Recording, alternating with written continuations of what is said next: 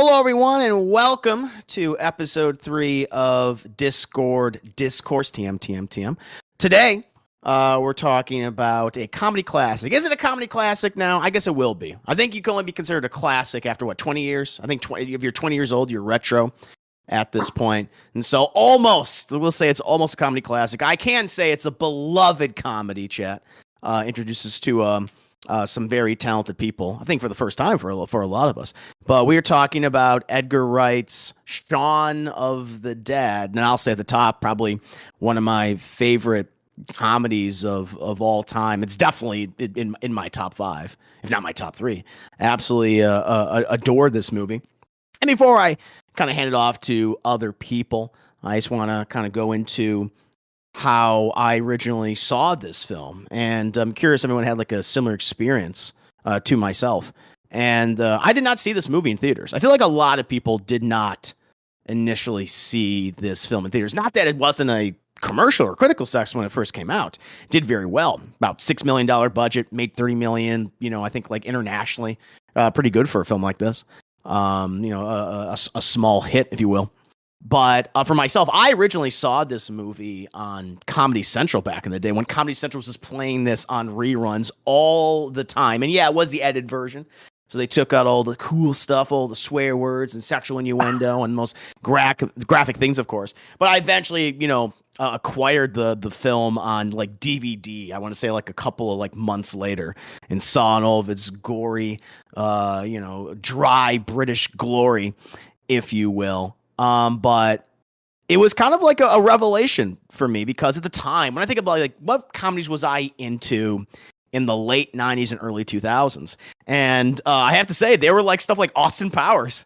Like that was my thing. It was like International Man of Mystery and The Spy Who Shagged Me, which I thought was fucking hilarious. And to this day, I am afraid to go back and watch those. Goldmember's not great, but to this day, I'm still afraid to go back and watch those two films. Just because I'm like, they're probably not as funny as I think they are. Or like maybe something like the original Scary Movie or Scary Movie 2. Like those are the kind of things I was watching. A lot of those parody comedies at the time. That was like my comedic sensibilities. That's where they're leaning. But then with something like Shaun of the Dead, I felt like it elevated them. Or at least it exposed me to something new. And even it wasn't until like years later where I even had a greater appreciation for the film, not only because of its writing and its characters, but also even for some technical things, like the technical aspects of comedy and editing. I want to get into that with you guys in a bit. But when I initially saw it, even on TV, I remember just being captivated by it, and also watching Sci-Fi Channel original movies and things like that. So I was already into horror, and I was getting into that. But we'll start at the top. We'll start with we'll just go down the line. We'll pick and choose and go in actually whatever direction you want to go in. But Deadpool. Again, well, I want to welcome everyone actually to the show. Thank you, Deadpool, Ace Rock, Austin, Chris Ayers, Jacob, Kaz Faye, me, M. Xavier, and Vanny for joining me. I do appreciate you guys being here. Thank you. We got a nice, big, thick group of people, and I love that. But we'll start with Deadpool. How did you first see this movie? What was your initial reactions to Shaun of the Dead? Well, my mom, my older brother were really into they liked horror movies and stuff like that, and like some of those comedies in that similar vein. So I saw it because of them. Mm-hmm. Like I was never a really big horror fan, and then they sat me down and made me watch it. Yeah. And like I mean, at first glance, like if you don't really know much about it, you think it's going to be just sort of like a horror movie. Then you realize, oh no, this is comedy kind of poking fun a little bit at the horror elements. Very much so. It's like a deconstructive zombie film. Really. Was Shaun of the Dead your first horror comedy that you were exposed to? I believe probably. Yeah. That's interesting. That's really cool. So you didn't even watch like the stuff like the Scary Movie 1 or 2 at the time, which I feel like were out before Shaun of the Dead. I want to say they were out before Shaun of the Dead. So you didn't even watch like those or something? Not really. Interesting. I was at the age where I didn't care much for horror movies, and most comedies I was kind of mad about. So those I just kind of missed. I didn't see those until I was like late teens, like early adult. Nice. Okay, cool. All right, there we go. Very interesting. Ace Rock, what about yourself? How did you first see this film, and what was your like initial reactions to it? So I believe I saw hi everybody, and thanks for having me on. This is one of my favorite things to do. I saw it in the theater. and I saw it like one of those like smaller indie theaters. I grew up. There's a friend of mine who was funny. He just DM'd me out of the blue the other day. This kid who's English and turned me on to Monty Python at a like way too young age, and so like I grew up watching like The Life of Brian, Monty Python, The Holy Grail, Monty Python's The Meaning of Life. Like I clearly saw it way too young an age. Yeah. And so that shaped like my humor and outlook, and so I was always looking for like that dry British humor ever since then. And I was familiar with Simon Pegg, not too familiar with Edgar Wright. So like I recognized Simon Pegg, and I was like, oh, I know that guy. He's funny. I want to see it. I didn't really know much about Edgar Wright at the time and that their relationship together. And when I watched it, I was expecting more of a comedy. And then as immediately I was like, holy shit, this is like a really good horror film too. Mm-hmm. And for me, I rank this as like one of those perfect movies. Mm-hmm. You know, I think as a horror film, it works as a horror film and a gore fest. It's a great zombie movie. It also is, I think, just like a perfect comedy as well. So I love it. It's like in my top 5 favorite films of all time. It's one of those films that manages to balance multiple tones. Because yes, obviously, I think it's primarily known as like a comedy, but it has those great horror elements. It has that gore and those practical effects. But it's also a great. It's a great romantic film. It's a great film about a person having existential crisis, doesn't know what to do with their life. It's a good family drama. It has some emotional scenes in it, well, revolving around character deaths. And yeah, to me, I'm right there with you, man. It's one of those films that has all these different genres mixed in and manages somehow, by some miraculous way, manages to balance them and make them all work in unison with each other, which is pretty incredible. Oscar, what about yourself, good sir? So I didn't see this in theaters. I think at that point, I saw it like probably some point in high school. I actually watched it on Netflix. I was trying to remember if I saw this or if I saw Hot Fuzz first. Interesting. And okay. I think I saw Hot Fuzz first, and then I watched this movie because I loved Hot Fuzz so much. I'm like, okay, I'll check out the first one they made, and I did really enjoy it. And then we did a watch party for this sometime in like May or somewhat, and a few months ago, yeah. Mm-hmm. And I'm like, oh yeah, this movie, and it kind of reminded me how emotional, how well choreographed and edited this movie is, and how great it is. And it was, even in my first time, I think kind of something we see, or I think the reason I watched it, or one of those, just that zombies are just such a big thing, and like I want to say about 2008 to like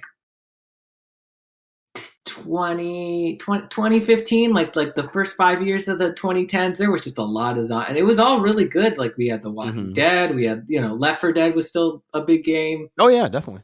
The Last of Us, like I mean that's not even really zombies, but like post-apocalyptic zombies were sort of like a big thing, and I think this movie was kind of like one of the precursors to that.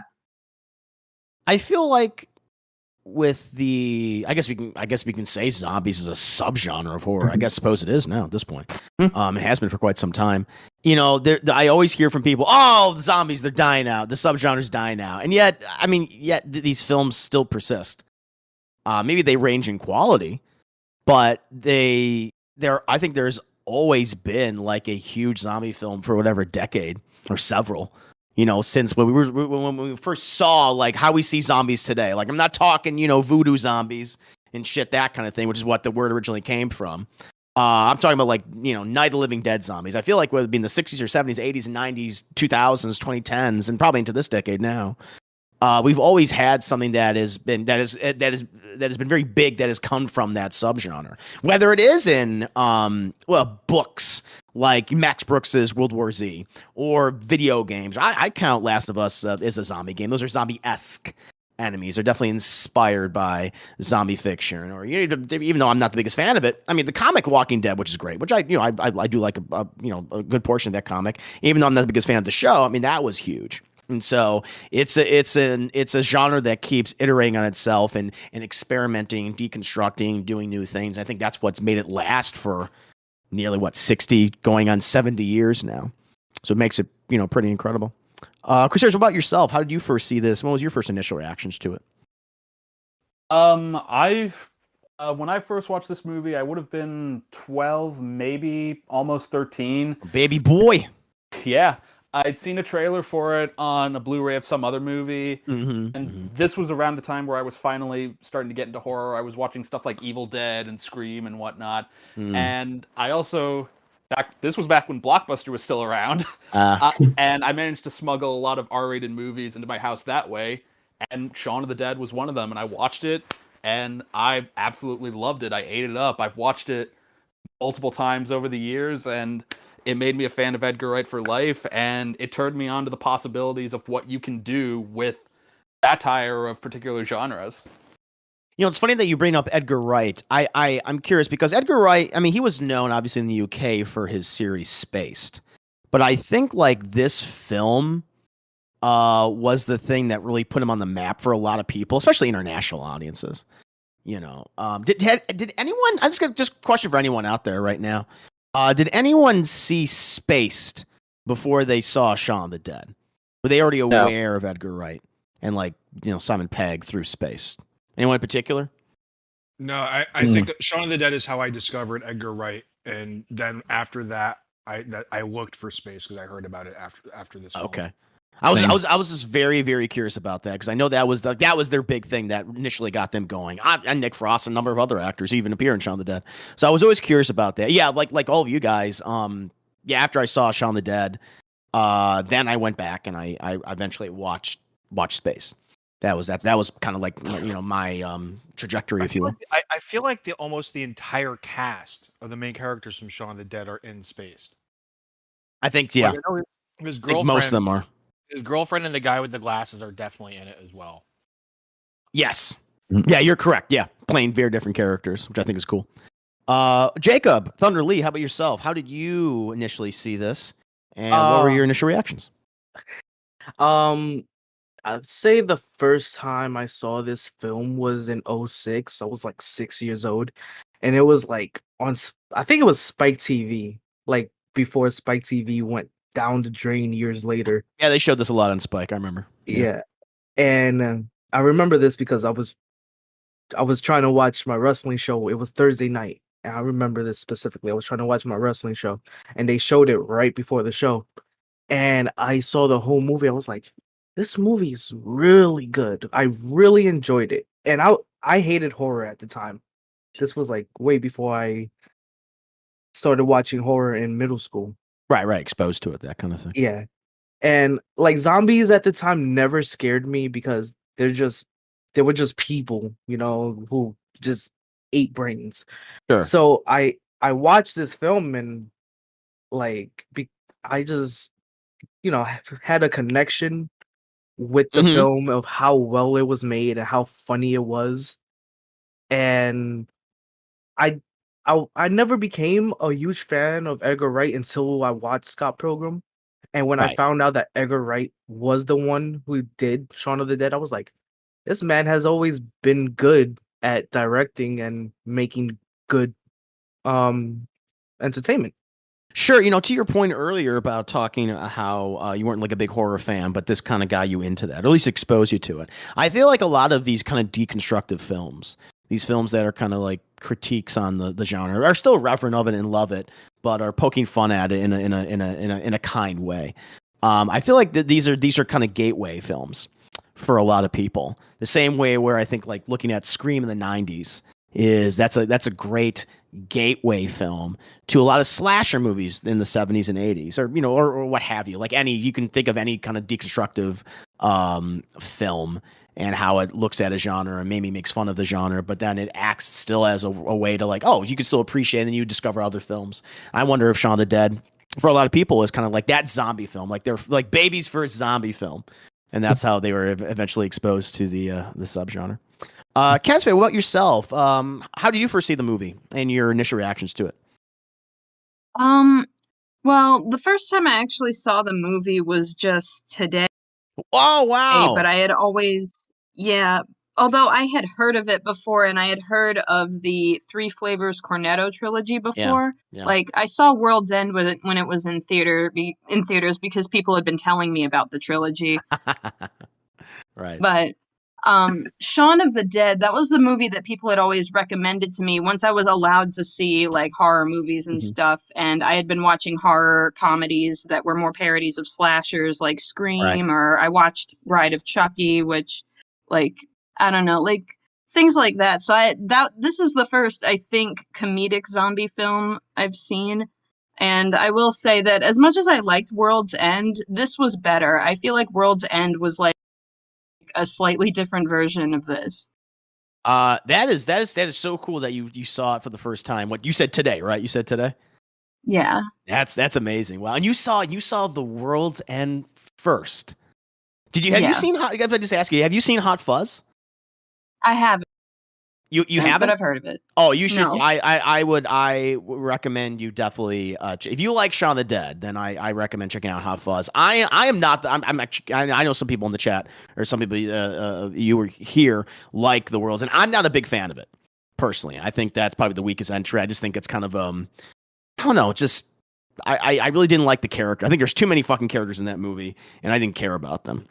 But Shaun of the Dead and Hot Fuzz, I think, really do get the characters right. There's a wholesomeness to both movies, and I think that wholesomeness is missing from something like the World's End. So that's really interesting that you saw that film first, huh? But that's good that you still pursued and still went and watched these other movies. And listen, please do see Hot Fuzz. Have you seen Scott Pilgrim? No. I haven't. I would recommend checking that one out too. It's not connected to the Cornetto trilogy, but it's definitely direct. I mean, it's obviously directed by Edgar Wright. But yeah, I would say definitely check out Hot Fuzz. But that's so interesting that you saw them in such an odd order. I like that. I like that a lot. And Xavier, what about yourself, good sir? How did you first see this movie, and what were your initial reactions to it? So I first saw this movie on TV. Like me. So nice. I saw it. I don't know which one I saw first, but I know back then, Shaun of the Dead was one like zombie film that I really liked. But I also liked Zack Snyder's Dawn of the Dead, because I think they came out the same year, and so I just remembered those two like playing back to back all the time on TV. Like I think it was like Stars or something. But yeah. But one thing, I mean, I was watching it today because I rewatched it today, and I was thinking, I really like this movie, but I can't like point out like why I really like it. I just think it's just a good movie, and I think it's like fun to watch, and there's nothing like about it that really like irks me in any way. So yeah, I really like the movie, and also it was one of the first movies that like introduced me to that whole British scene. Like I know you were talking about space before, but like I'd never heard of Edgar Wright, never heard of Simon Pegg or anybody, so it's really good in that way too.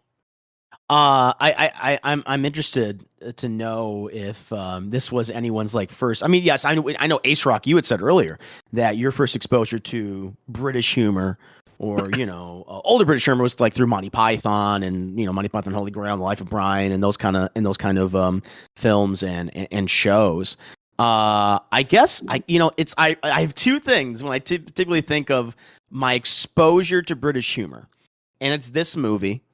Definitely this one, because I saw stuff like Monty Python when I was older, a little bit older after this. And the other one was, I don't know if you guys have ever heard of this, because I know I'm speaking to a lot of babies here, by the way. My God, you guys are so young here, and you guys talk about, I saw this when I was 6. I'm like, what? Like, I don't know, I was 12 or 13 when I saw this movie. But dude, I was like 20. I was like 20 or 25 when I saw this movie. Where Vanny, Ace Rock, and myself can be the old men of this particular stream. Hey, I'm only younger than you. There you go. I can't say nothing. I'm 22 right now. Yeah, well, a bunch of babies. But my other exposure to British humor was a show called Keeping Up Appearances. Does anyone know what that show is? Not at all. No. It's fantastic. I guess Mr. Bean as well. I watch a lot of Mr. Bean, Oh. but someone who's listening to this is like, I know what you're talking about, Chris, and thank you, individual person who's watching this or listening to this. Basically, it's about this well-to-do kind of upper middle class couple, and where the wife is very domineering and like the whole neighborhood hates her, but she's completely oblivious to that because she's so in control, and she's always trying to increase her status in society.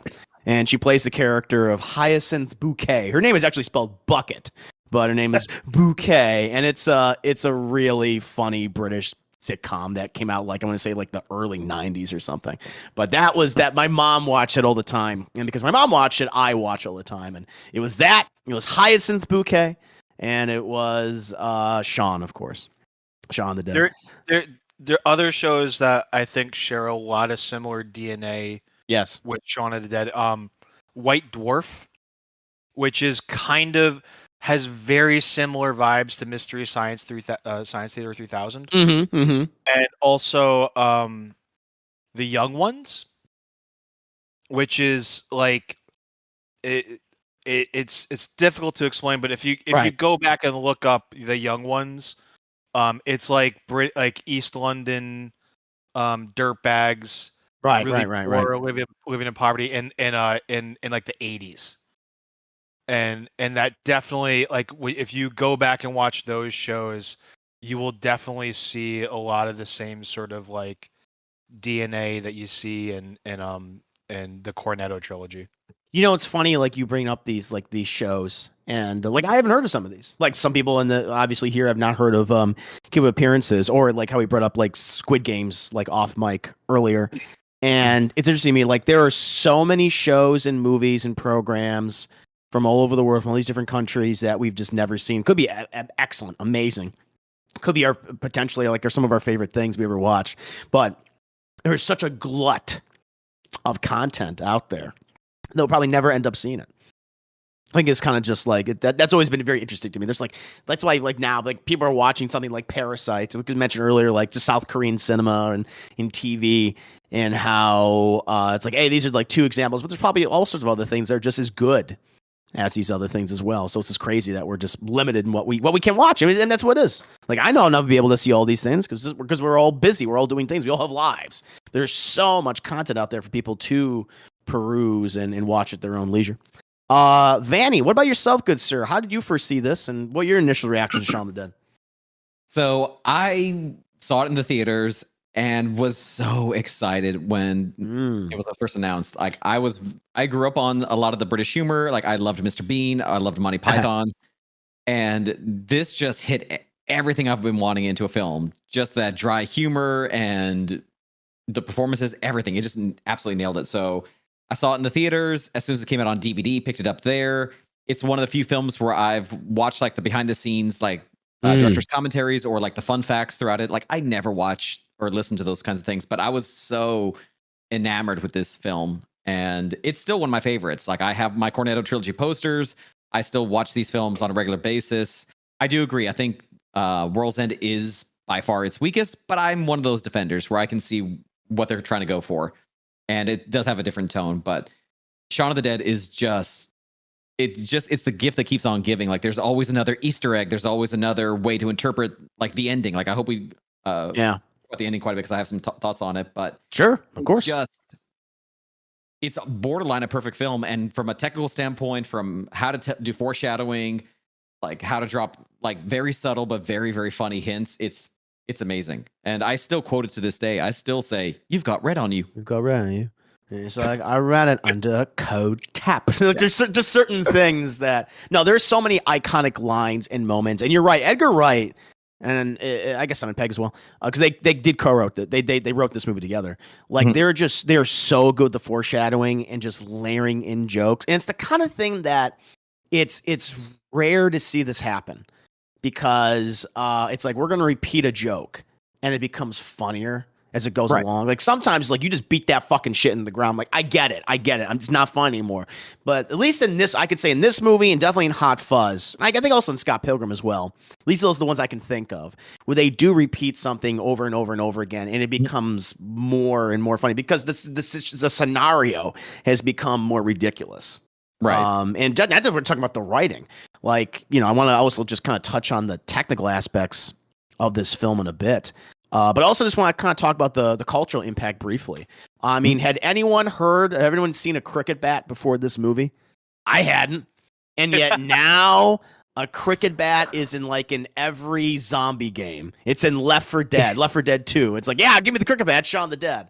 Like the how this movie has permeated pop culture, how it still remains in the pop culture zeitgeist is incredible. Does anyone have any thoughts on just like the cultural impact, or do you see now like Shaun the Dead being referenced in other material?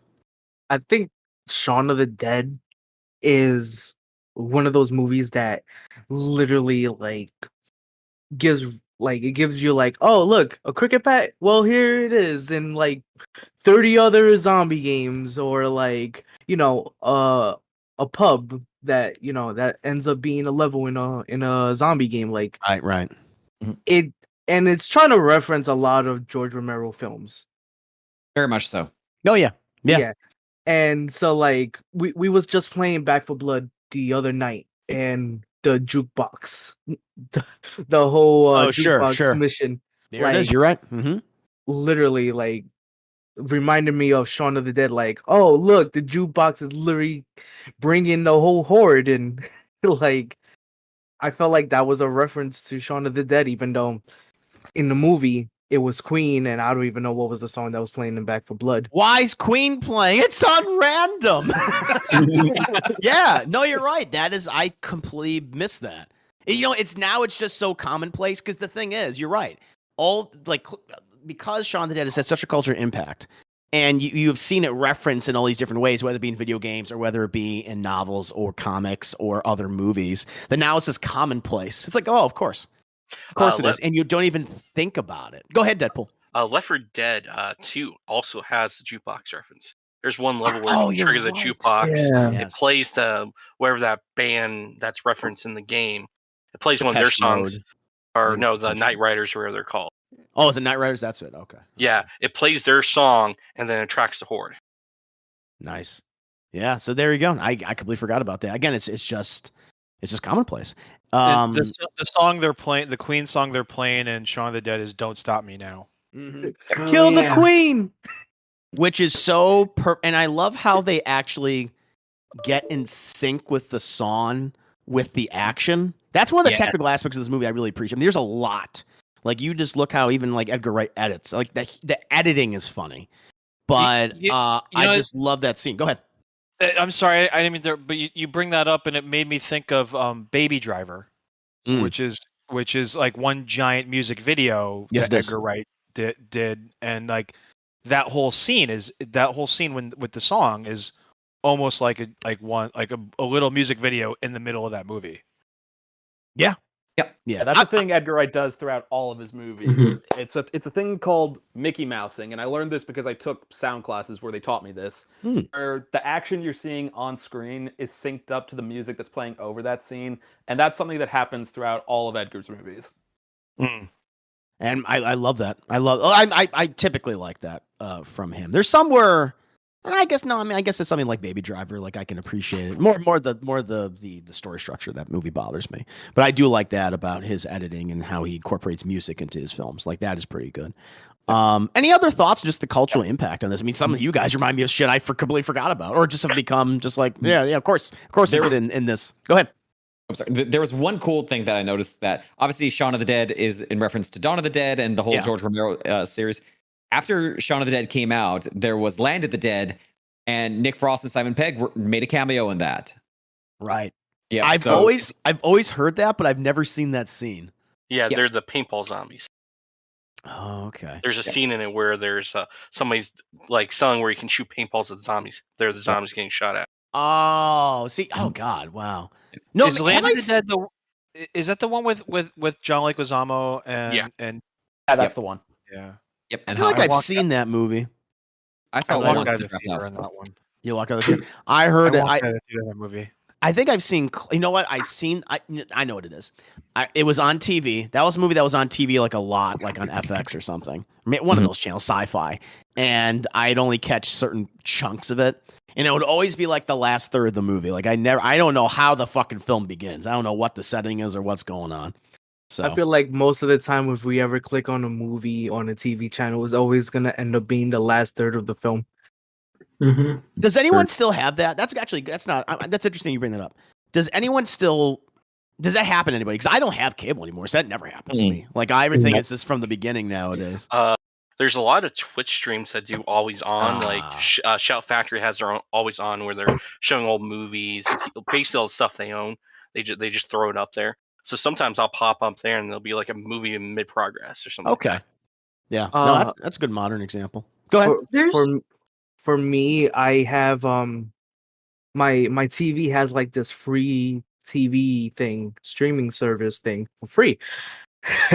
And I would always have it on like the horror movie channels, and like it would be like a random B horror film, but I would just have it on the climax of the film just showing up. It was like, oh, I wish I would have seen this movie in full.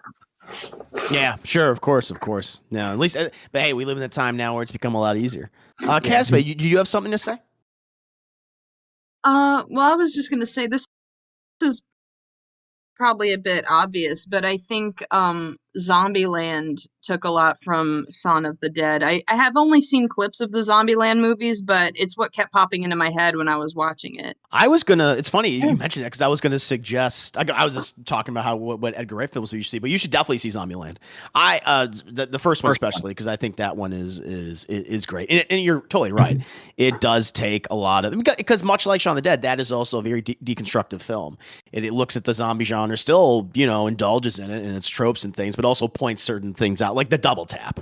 It's like it might be down, but make sure to check, make sure to go ahead and just for good measure. So it has a lot of that in there. So definitely, I mean, there's been other comedies that have obviously been influenced by Shaun the Dead. Other zombie comedies, that I think is great. You reminded me, Chris. I forgot about this.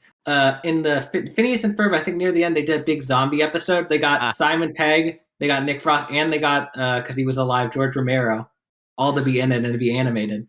I've only watched like some clips of Phineas and Ferb. I'm like, this show looks really fucking funny. There's a lot of just, it just has that kind of dry humor, but also being very goofy at the same time. And I was like, if I watched this show, I'd probably be a big fan. I've only watched clips of it, but I have seen those images of animated Simon Pegg and Nick Frost. I didn't even know George Romero was in that. That's pretty cool. So there you go. Even in cartoons, this R-rated zombie comedy is now in children's cartoons, which goes to show. I mean, so many of you guys like today have mentioned you saw this film when you were very, very young, which I guess I did too. But I feel like I was running my, maybe 12 or something when and it was on television too. So they toned down certain things. So that's another great example about the cultural impact of the film. I also want to take a brief moment to. I mean, we kind of already did already, but Edgar Wright in general. Yes, we already knew about space and things, or some of us, some of us have not. But I think for a lot of us, this was our first introduction to him as a filmmaker. Is he like to this day? Are you always still interested in the next thing that he's going to do? Because I'll speak honestly for myself. Like I love Shaun of the Dead. I think I love Hot Fuzz even more. Like someday I definitely want to do a discussion on that one. And I'm a big fan of Scott Pilgrim. When before he did The World's End, he did Scott Pilgrim, which I think is a super underrated comedy. It didn't do particularly well when it came out. It got most mixed to positive reception from critics. But it did not do well box office wise. And it was till years later being assessed and reanalyzed. And it's like, oh yeah, people are like, of course, it's a classic now, or it's an underappreciated comedy. But and I really do like his structure of films and the pacing, especially of his early work, where.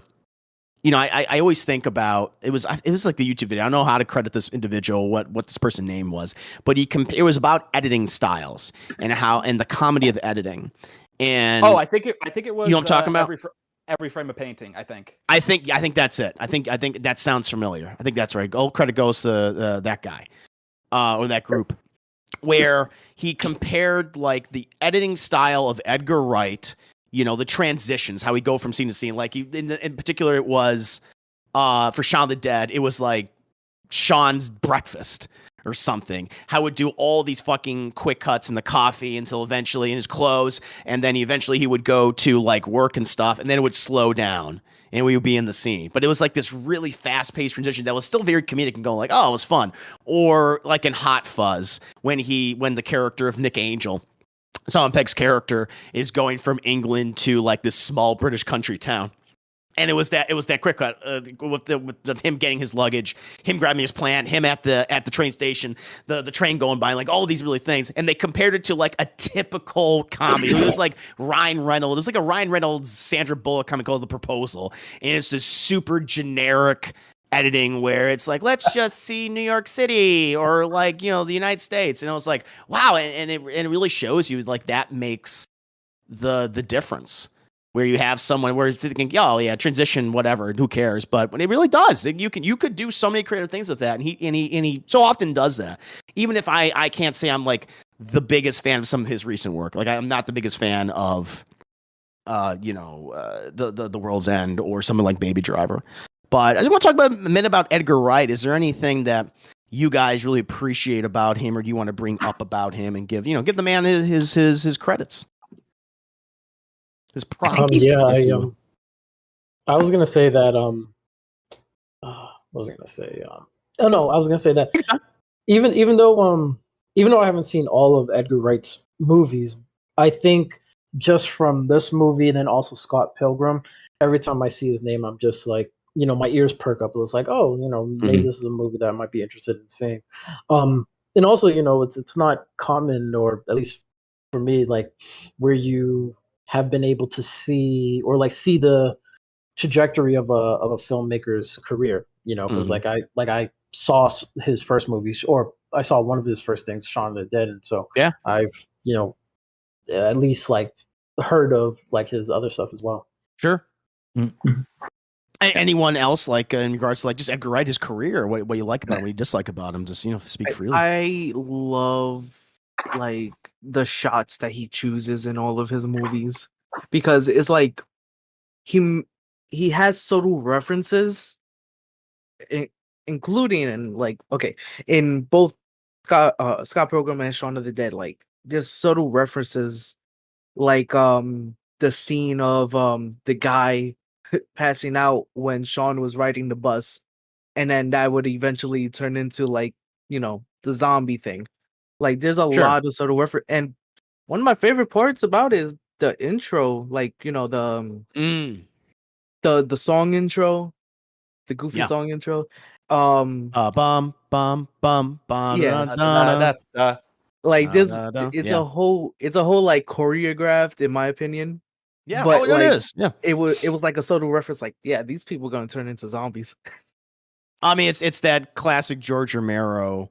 Like, we are already zombies to begin with. That's what the culture. We're all about consumerism, and they're all going to the mall because they were spending all their time just buying things and eating things and wasting their lives. And so they're going to what was familiar to them. So, and he obviously has that in this film as well.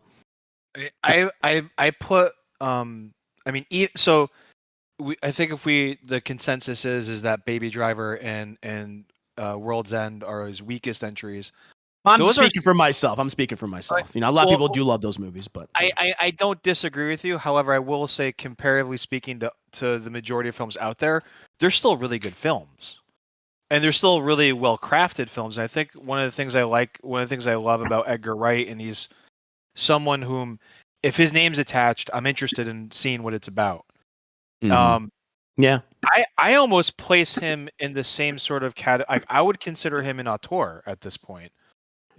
Similar in vein to like Denis Villeneuve or Christopher Nolan, but for his own very, his own niche in different genres. But the thing that I really appreciate about Edgar Wright is that every shot has a purpose. Yeah, and every shot is composed, and also the importance of music in his films. The music choice and the soundtracks are very carefully thought out, and they're all placed like with reason, and there's meanings on multiple levels. So even if you have films that are basically comedies that are goofy on its superficial level, there's still a lot going on with them that make them interesting to watch again and again and to discuss on different levels. So I respect him as a filmmaker. I think he's a tremendous filmmaker of his generation. Him and Tarantino have something in common where they so often make, I mean, you hear this, like the score, the soundtrack is a character in a Tarantino movie. And, no, it is. I mean, you remember everyone remembers the soundtrack to Pulp Fiction. You remember the soundtrack, the score, whether for good or ill, and something like Django Unchained.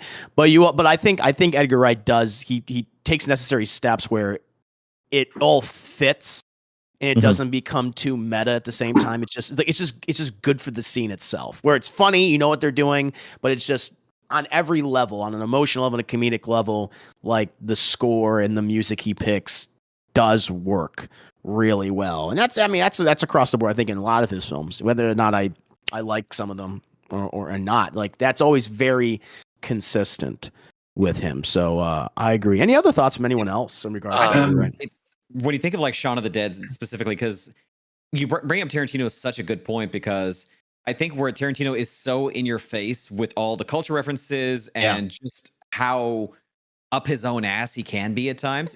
He's still a good filmmaker, and there's a lot of it I do like. But I think where Edgar Wright does it, I think he does the same job just differently. Because Shaun of the Dead is just full of Easter eggs for other horror films, but they're so much more subtle. And to the earlier points, like every shot matters, and he can make even the most mundane thing of like when you see Shaun taking out the milk, making his toast with such fast cuts. Like he was one of the first directors I've ever noticed and can appreciate on a technical level, and also having the energy and having all this inside jokes and references to older stuff, but not being pretentious about it either. And it's pretty brilliant, and he makes this stuff look so effortless too. No, I agree with you. He's just very subtle about it. Yeah. Like it'll be in the background. Like it'll always be there. You always see it, and you won't get on the first viewing, the second viewing, but you start to notice certain things. Like the humor in this movie, in a lot of his films, is super layered. And I like that. And it's where you're right, where you can watch in multiple viewings and get something out of it, something new each time, which I think is the reason why these films have just permeated our pop culture for so long. Anyone? Go ahead. I was going to say, yeah, you're right. He specifically designs his movies to be watched multiple times so you can discover something new each time, and that's what I love about him. Like not just his filmmaking, but his storytelling is so carefully and specifically constructed. Where, like, yeah, you're right. Everything has a purpose. Like, you'll get lines that seem like they're nothing at first, and then later on something will happen and you'll realize, oh, that line from earlier was a setup so that we could get this payoff that's going on right now, and it's fucking awesome. Yeah, fully agree. Go ahead. So you guys are making the comparison between Edgar Wright and Tarantino. But I always felt he's more like almost a toned down version of Wes Anderson. Because if you look at Edgar Wright's work, he has a very specific style on how he constructs scenes, how he does pacing and film work.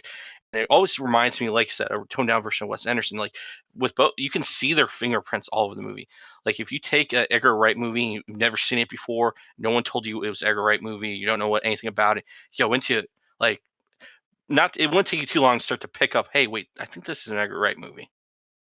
And to kind of build off what you guys were just saying, the Cornell trilogy is a masterclass in foreshadowing. Like each of those movies, the beginning of the movie, he sets up. I mean, every little thing he sets up pays off at the end. There's even just you're right. We keep mentioning the foreshadowing, and that is one of the things he's most skilled at creating and developing. And like I always code, I was gonna, eventually I just want to talk about like our favorite scenes, just go down the line, have each of you pick something, we can deconstruct them.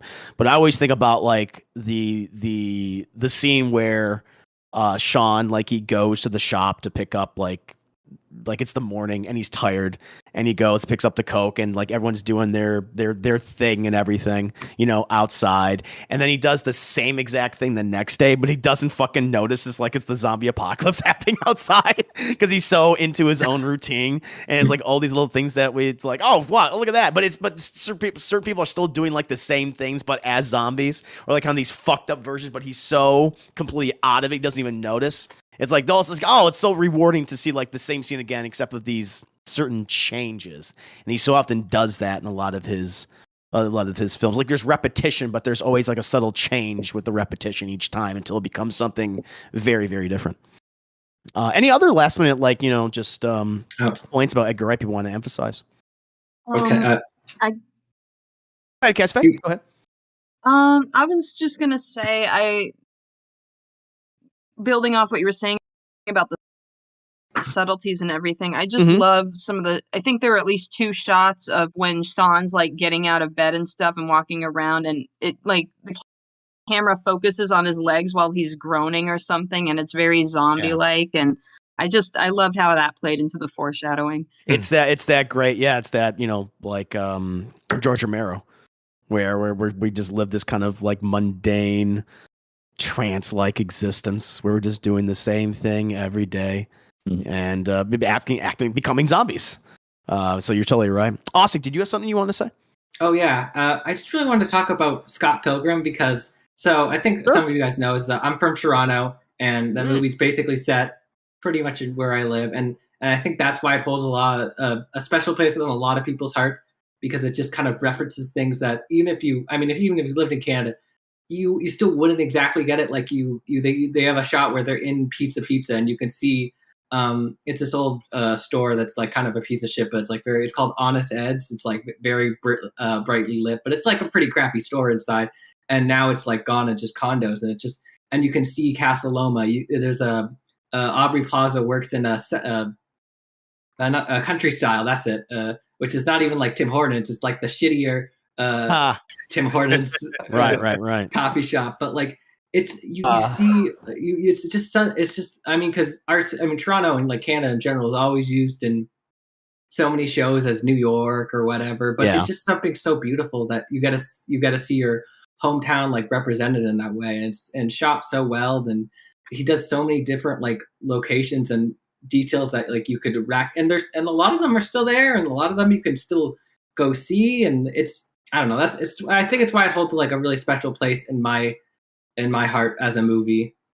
That's how I feel like with the hometown stuff. That's how I feel with the Joker, because like that movie was filmed in the Bronx, which is hilarious, because it's like the step scene that you've seen in the dancing that's a terrible place to go to, which is, I've been there for experience, and like has been gentrified now. No. It's like, oh, okay. It's because the Bronx is known for like crime and stuff. But like I've been there personally, I've seen like certain things happen. It's like, but it's cool to see like the Bronx, being shown in movies.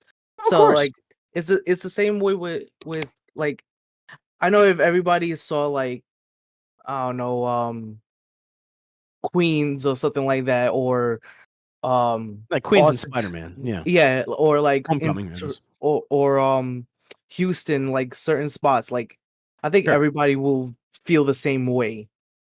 No, both of you bring up good points. Anytime we see something that's familiar, and it's like, oh yeah, I do that, and how it's represented, I think is cool. Like I think Edgar Wright, I think for a lot of people, especially people of our generation who do not live in the UK, specifically do not live in England, or like one of these kind of villages or towns in England, it's kind of our first exposure to them.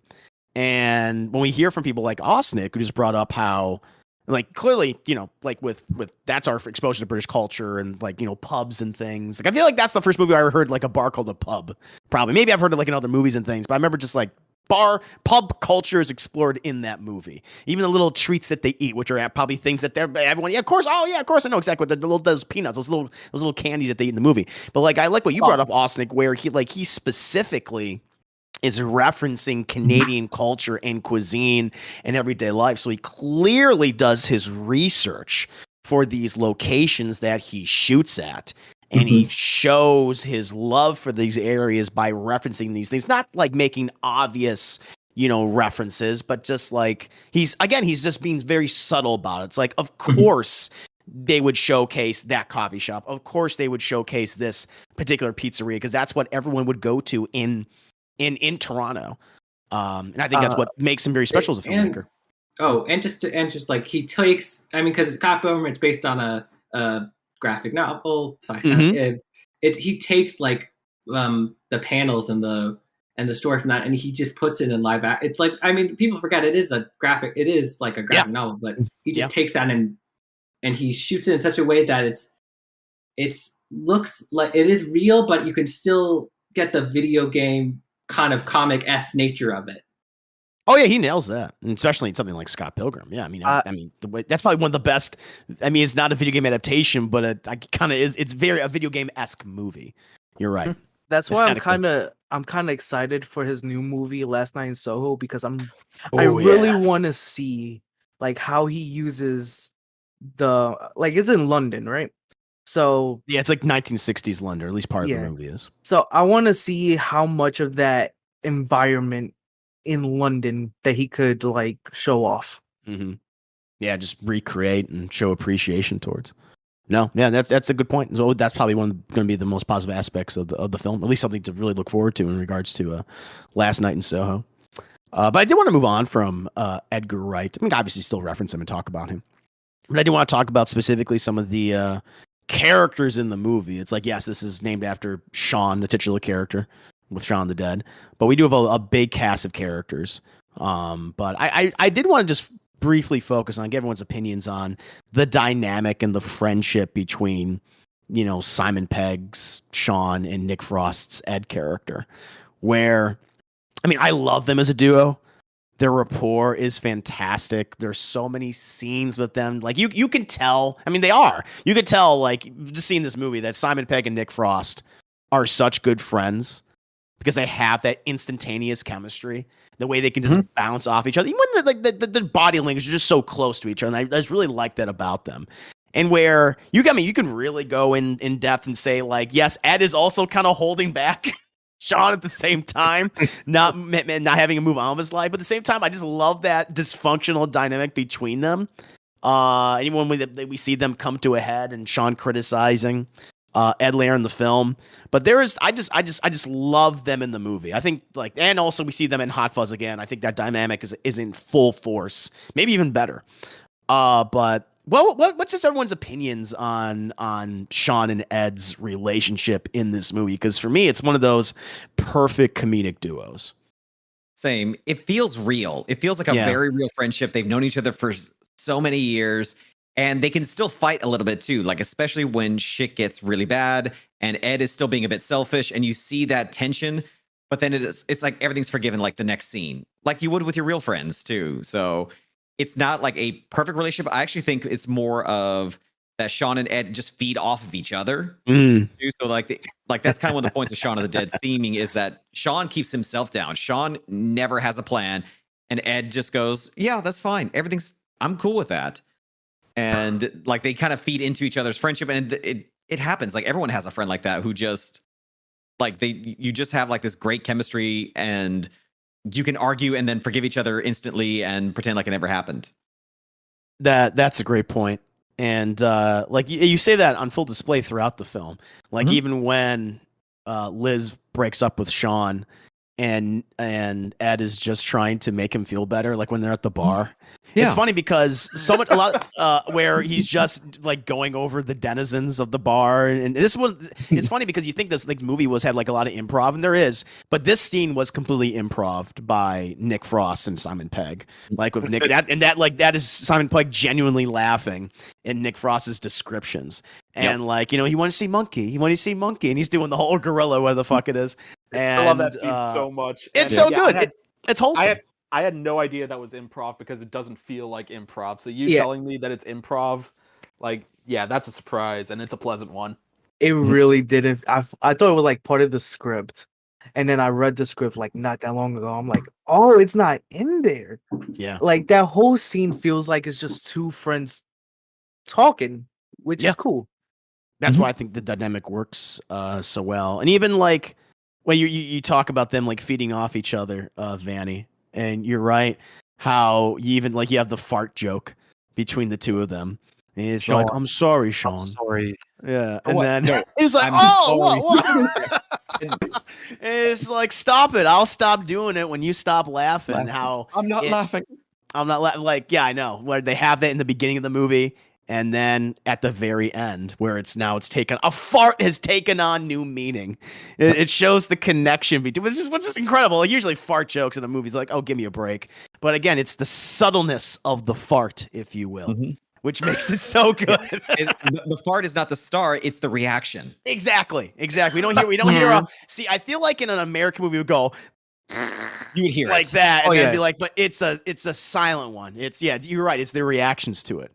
Yep. Which This makes it so this good. and Swiss Army Man are the two movies to make farts meaningful. Oh, yeah. Yes.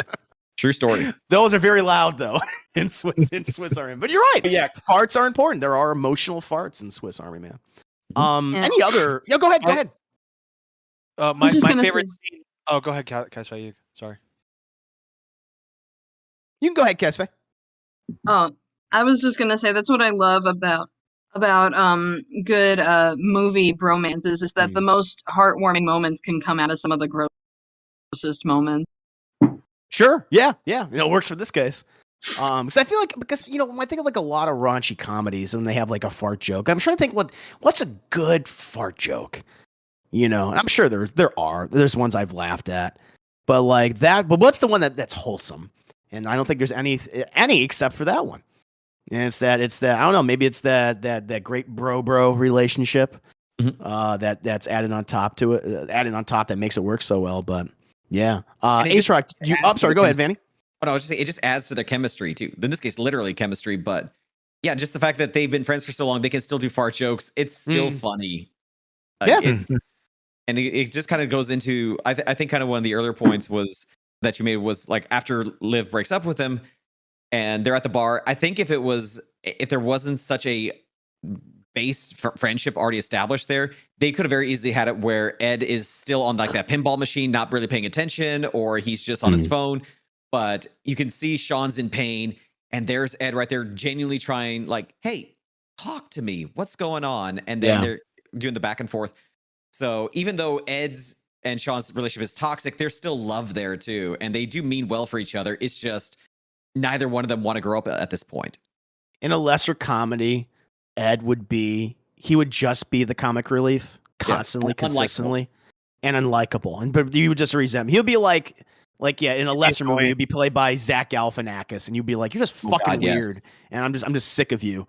But because Edgar Wright and Simon Pegg and Nick Frost's performance, but what's written for him and Nick Frost, just the how he makes Ed such an emotional character, and where he literally is, he just wants it. Like, yeah, he fucks up, and he's aloof, but like he always tries to be by his friend's side when he needs him at like his darkest moment, and that's what makes him so much fun to be around. He's like, I wish I had that kind of friend, or a friend like that. What about Josh? Yeah, well, but Josh doesn't fart at me. He doesn't fart at me, man. I don't recall any of that. I know of. He might be doing that all the time. Nia Brownie does that apparently. Josh is going to listen to this now. Like, you want me to fart for you now? Yeah. Ed's a fuck up, but you can tell his heart's always in the right place. And it reminds me of something that one of the writers from The Simpsons said about how they wrote Homer. This was back in the day before Homer just became a full-on moron and an asshole, where they basically wrote him like a dog. Or like a dog will fuck up, it will destroy shit, and you'll get mad at it, but you forgive it later because you know that the dog loves you and doesn't really mean to do any harm. And yeah, that's basically Ed. He's like a big dog in this. Great comparison. That's a very good comparison. Yeah, I like that. Now, of course, other than Shaun and Ed, we do have other characters in the film. Although but we do have the character of Liz, who I think like people often think about Shaun the Dead. They always gravitate towards Simon Pegg and Nick Frost for obvious reasons because they have the most screen time, of course. But I really do like the Liz character, played by famously by Kate Ashfield, and she has a great rapport with Simon Pegg. Like even like that initial scene in the bar where you know that it's the kind of couple where has been like together. What did they say in the movie? Like 7 fucking years, and they've been at this same point for 7 years, and so there's so much history, and I like that she's kind of become exasperated. And even like her little thing, there's like little things again. Even it's like okay, it's all about Simon Pegg and Nick Frost, but they still give each of the actors something funny. Like I like her whole like bye bye bye bye bye bye bye, which I reference to this fucking day. Any thoughts on the Liz character? I feel she's a really cool twist on the straight man. Like, yes,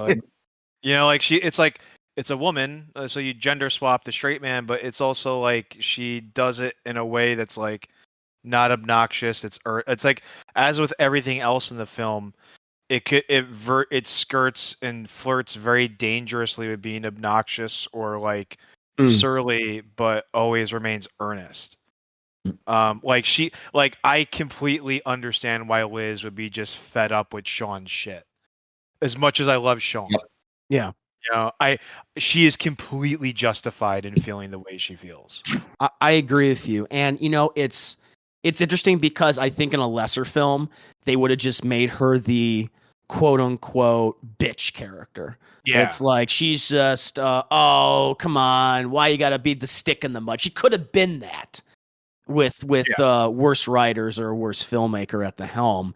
But for myself, and I obviously for a lot of people here, they don't make her that. They do. You understand how she feels, how she just doesn't want to be like. I love her like as when they go to what was it when they go to when they go at the Winchester the first time, when she just doesn't want to like go to this bar every single day until she eventually drinks herself. Like it's drinks herself to death.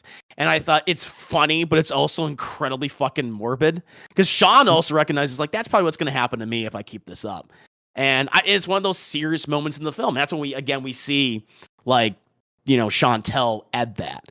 And Ed's doing the friend thing where he's like, "Oh, fuck her," and everything. But you realize, nah, she's right though in the end because that's what will happen. And when she breaks up with Shaun, it's not because of anything like.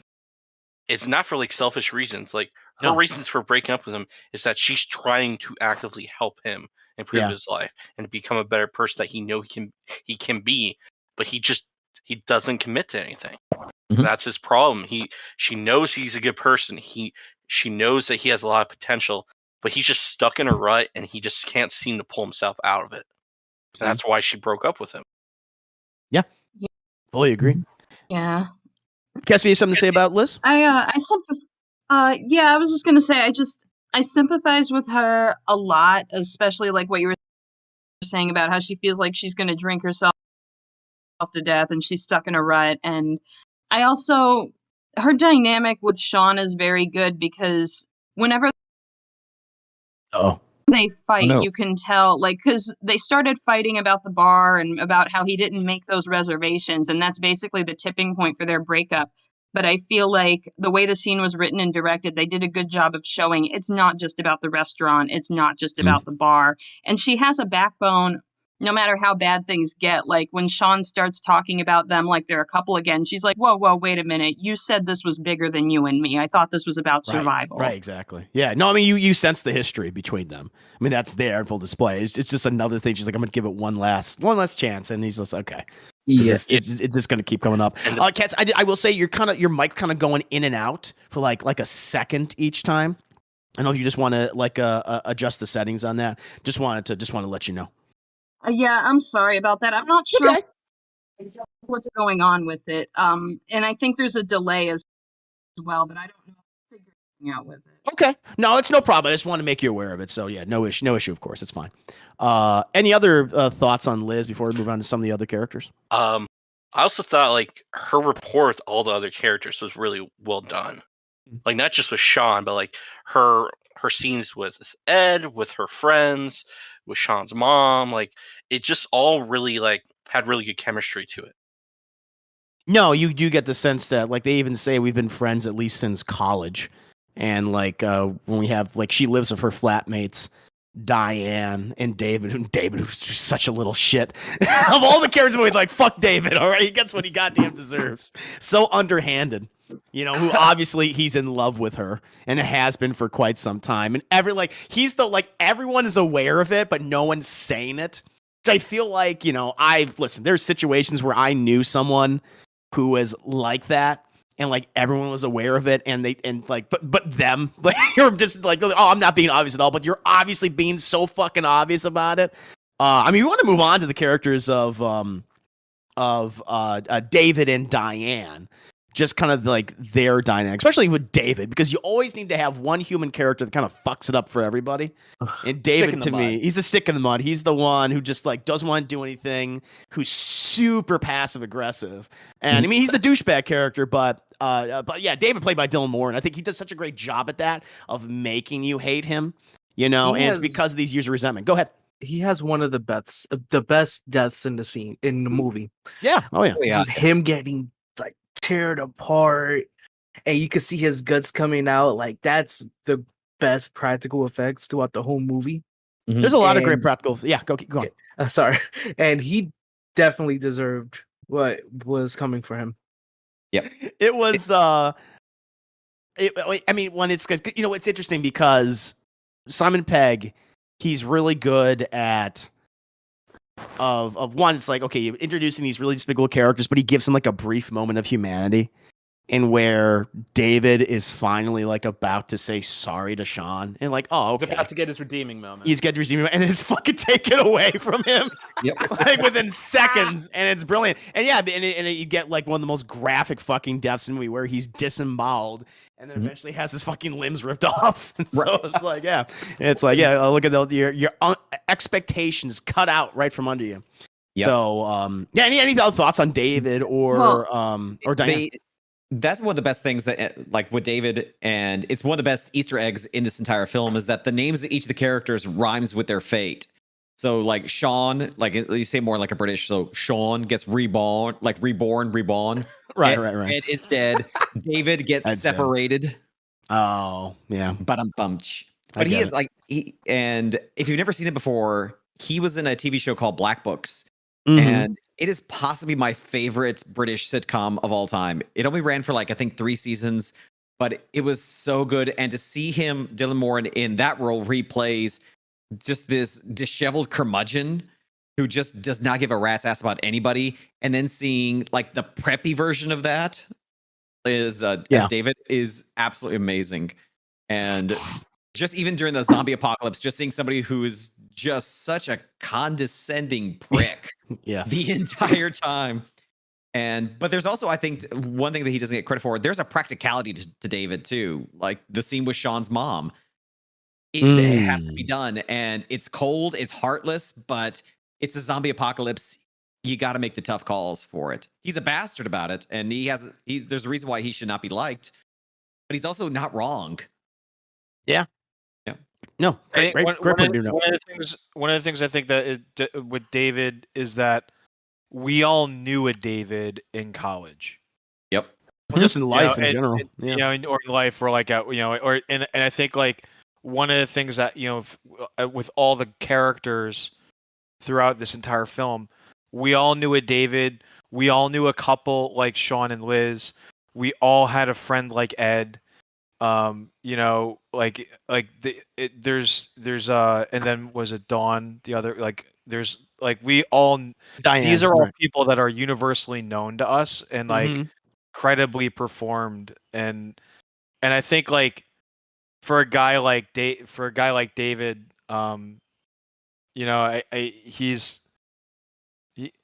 he's still as unlikable and obnoxious and condescending and shitty as he is, he's still like like there's still nuance there. Like he's not just like a flat stereotype. Like he's not a two-dimensional character. Like there is something going on there that makes him, function as on a human level. Yeah. No, and none of the characters, especially the main cast, feels inauthentic. They all feel like real people with real history with each other. Like years, whether it be, positive or, years of resentment. That's definitely on full display. Cassie, did you have something you want to say before? Well, mainly just the fact that it's a real shame what happened with Diane, not just the fact that she went out there and was basically sacrificed for herself or nothing just to avenge him, I guess, but just the fact that she was so devoted to this man who she knew didn't love her. And it's like, it's understandable, but at the same time, just really upsetting because I keep thinking you could do so much better. And also you did not have to go out there. I agree with you. If I had to pick like a weak point in the movie, because overall it's like I love the film, but that's the odd part. It's like, why did she do that? But I can guess you can just say that she was just so devoted to that person. I feel like I've heard years later that there's like a comic or something that said that she's alive still, that she survived. Is that what it was? I think it's a like deleted DVD scene. special. It's a deleted scene. Deleted scene. Okay. At the very end when they're doing the news report stuff. There's a part they cut out where it talked about they mentioned her character's name, that they found her weeks later hiding in a tree, realizing the zombie apocalypse was over, and she was eating David's leg to stay alive. Jesus God. I didn't know. I knew about the tree thing. I did not know about the fucking eating David's leg thing. I think that's why they cut it. Yeah, that's a little fucking dark. She survives. Yeah, so if you go by the naming scheme for her, Diane is fine. All right. I like Diane because of the scene where she was teaching everyone how to act like a zombie. Oh, it's brilliant. It's such because that was great. That was her moment to shine, like her character. Yes, it is. And it was hilarious because everybody was trying to act like a zombie, and Ed being like a dummy. Yeah, acting like a zombie. It's just terrible. It's funny because we each get their own version. Liz is very good. She's good. Oh, good Liz. And we go to who's the next person? Oh yeah, David, who doesn't give a shit. Just being an asshole. And then we go to Ed, who does his thing. Shaun, who's outclasses Ed. And even Ed's like, all right, that's pretty good. And then my favorite though is Barbara, who just has that 1,000-yard stare, and she's like, oh my God, Barbara, that's excellent. She goes, oh, I'm sorry, dear, I was miles away. And it's funny. It's that scene works on two levels because one, it's just so fucking good, and I'm gonna give a shout. We're gonna give a shout out to Bill Nighy and Penelope Wilton, I'm a huge Penelope Wilton fan, not only because of Shaun of the Dead, of course, but because she shows up in all sorts of other movies. But of course, she is famously in Downton Abbey, another show which I will someday talk about with you guys, even if it's just by myself. We'll talk about her. But it's a great, funny scene with Barbara, and then we realize why she is the way she's acting that way much later on in the film. It's that layers of comedy and drama, but moving on from that, I mean, speaking about Barbara, but I also want to talk about Barbara and Philip, and Shaun's mother and his dad, or stepdad. He's not my dad, he's my stepdad. And Bill Nighy's not in the movie very long, but he's good. You're right, he's so amazing, and he's he's got that dry British humor sensibilities. And for a lot of people, that may or may not work for them. But I just love how blunt he is about everything. Even my line I just love quoting is it's fine, Barbara. I ran it under a cold tap. And all that. People's general thoughts about them. I love that they're so. It's how these fucking two people fall in love with each other. Where Barbara she's so bubbly and loving and warm, and Bill Nighy's character of Philip is seemingly so cold and hard and blunt. Any thoughts on these two characters and their dynamic and the dynamics with the other, with Shaun especially? I can see they're so stereotypically British in a wonderful way. Yes. You know, I'm Um, like he is like Philip is such a stereotypical British father. Mm-hmm. Like the British father who like, what do you mean you hug your children? Like, you know, but the thing about that whole relationship, watching Shaun kind of like break down at the prospect of Philip dying. Yeah. As much like that scene is so hard to watch for me. Like it was so like because it at first it's so easy to write Philip off as just like what a shitty dad or An like asshole. he's Yeah. an asshole. But at this and it's like there's a line he says like, could you at least bring your mother some flowers and not some cheap posy from a forecourt? Which is like I didn't know what the fuck the guy was talking about until I I was know. like, Very British. I was like, oh, he's saying go buy your mother flowers. Don't just pick flowers from someone's like front garden on your way over. Mhm. You know, like yeah, I was just like when I was like, oh, what a prick. But then you realize again, as with everything throughout this entire film, why I think this is a perfect film. You see the pain in Shaun watching Philip die, Yeah. and it is genuine. Yeah. Like there's like it's like as much as like he never verbalized that he cared about a Philip, but he does care about Philip, and it's something like and like I love that fantasy where he's just like we'll go to mom, we'll take care of Philip, and it shows him Oh, saying yeah. like I'm so sorry, Philip, and whacks him with the cricket bat. Yes. You know, Yes. but when it comes down to it, no, he doesn't feel that he does care. It does matter. It does hurt, and it's something that like again this film just handles so well. You're right. On top of that, too, it's like the only time when we hear about Philip, it's always from Shaun's perspective. It's how Yeah. Shaun describes him and how he interacts with him. And like we get the emotional scene later on when Philip is dying in the car and where he's basically just, exposing his heart to Shaun, literally probably as well.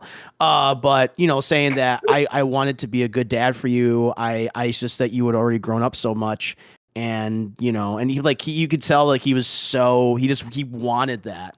And maybe he also was. Maybe there was times when he was and him and Shaun did have that relationship, but it's that Shaun is kind of maybe unreliable as a narrator in regards to Philip, and I like that because it just shows how flawed Shaun is as a character. But you're right about that. That's one of those repeated gags I'm talking about. We'll go to this. Plan. We'll go there. We'll kill Phil. They do it like 3 or 4 times until they finally settle on the plan. And it's like, oh yeah, we'll just get rid of him. But then it shows you, fiction is a lot easier to think of than what reality is going to be. And it's like just play out that way. It goes from I'm so sorry, Philip, to sorry, Philip. Yeah, exactly. Yeah. Any other from anyone else thoughts on Philip Barbara? Which again, love that it's a reference to Night of the Living Dead. We're coming to get you, Barbara. I think it's great. Go ahead. In regards to Barbara, her and Philip are kind of opposite in terms of their personalities, but also in terms of how Philip comes off as cold a lot of the time, but he also has his moments where he shows like, no, there is a heart down here. I do care about my wife and my stepson.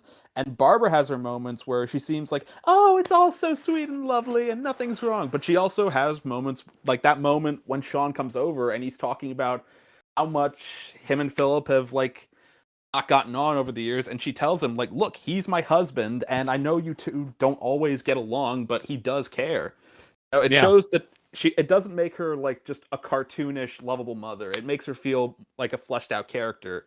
And it helps later on when she passes away. And it makes that scene so much more impactful. And it's actually like rewatching it today, I actually got a little watery eyed when that last scene with her came up. It's great. Her performance is amazing because of how just while she's selling it and Simon Pegg's reaction to it at the same time. No, it definitely is one of the most emotional moments, if not the most emotional moment in the movie. And there's several. I mean, when we get to the fucking third act, I mean, even before then, we're still in the second act with Philip and things. But that third act, when people are dying left and right, and then obviously with Ed later on too. You're absolutely right about that. Austin, did you had something you want to say? The main thing was, I think the first time the main big surprise for this movie when I watched it was Philip wasn't an asshole. like I think there was I mean, there's always the cliche of the stepdad being evil. I mean, it's like the Cinderella, your step parent being evil. And when I watched the movie and when they like, it's like, oh, they'll get rid of him. But like his speech to Shaun and his the way he's talking to him at the end, it really gets you emotional. And even when rewatching it with you, I forgot how, heartbreaking it is watching Shaun having to basically, kill his mom once he finds out she's a zombie. Exactly. No, totally agree. I mean, both his parents die in the film. He loses his best friend in a way. Any other like thoughts on Barbara and Philip from anyone else? There's one scene I do really like a lot. Once they get out of the car and they lock zombie Philip in there, and he's trying to explain to Barbara that there's nothing left of your husband in there, and then zombie Philip just turns the music off. Yeah. Still one of my favorite scenes. It's a great scene because it's also, once it's funny, but it's also just referencing that zombies do what they so often did in real life. And with just him, it's just like, I hate loud music. Turn that shit off, which is great. Totally. Of course, he drives a Jaguar E-Type. Is that like a super old man British car? Yeah. Is it? Like, okay. That is like one of those cultural things. Yeah, it's a British car that only like outside of England, like it's like the British love it. Outside of England, everyone's kind of like, yeah, no. Oh, interesting. Yeah, because like Ed has like he's obviously attracted to the cars. Yeah, I'm a guy who's like so ignorant when it comes to car and call culture. I'm just like, all right, whatever. But I was like, oh, it's a Jaguar, sure, okay, But it's funny that again, that's like that we referenced earlier, where Edgar Wright's attention to detail when it comes to like the location which he's filming in, and examining that and like making it as authentic as possible, which is really cool.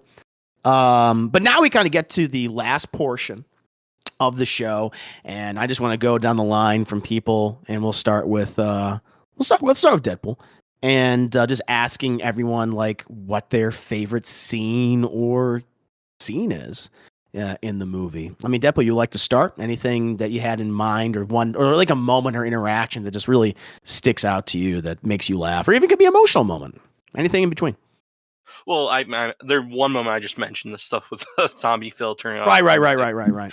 But like, I think my favorite part is definitely the contrasting scenes between Shaun's normal, typical like morning routine, being compared to the first day of the apocalypse. Shaun has no idea what's going on; it's just going in the motion. I just love it how we see two different versions of that, but he's just totally fucking out of it. Like nothing seems out of the ordinary, which is interesting because that's kind of the theme of the movie.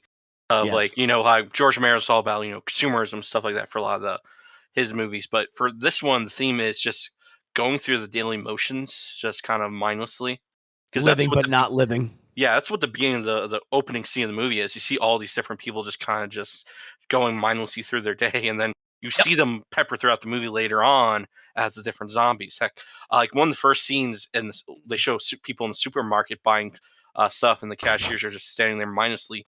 The first person you see is Mary, who shows up as the first zombie. Oh, that's right. You're right. The cashier. You're wow, nailed it.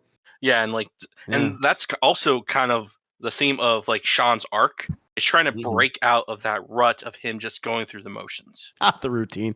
Yeah. Good point. No, that excellent. Choice. Ace, go about for yourself. The scene where they're taking out their Shaun's record collection and trying to figure out how to kill the first two zombies, Mary being one of them. I love it because again, it plays into like Edgar Wright's like hitting commentary about music that he loves. Yeah, very much so. Like, and it's like no, not that one. That's the first album I ever bought. And he's like, it's shit. He's like, still, and then he throws it anyways.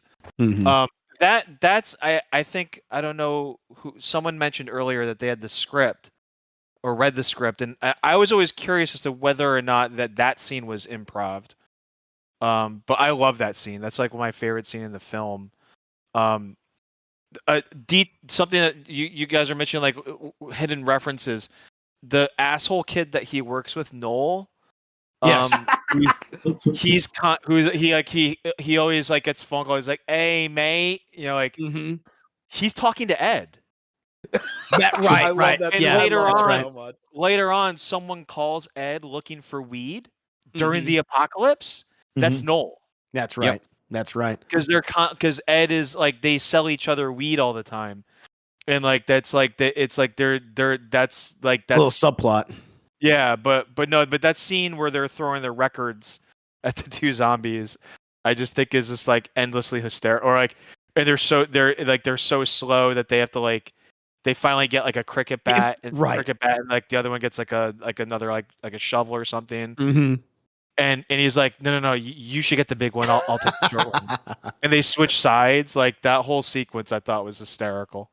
You're right. Like, it also just shows like, again, it's like, yeah, we're in the middle of the zombie apocalypse, but it's such a irreverent, ridiculous scene because the zombies are so slow. They have time to literally go through the records and like, yeah, throw it, whatever. The Batman soundtrack, throw it.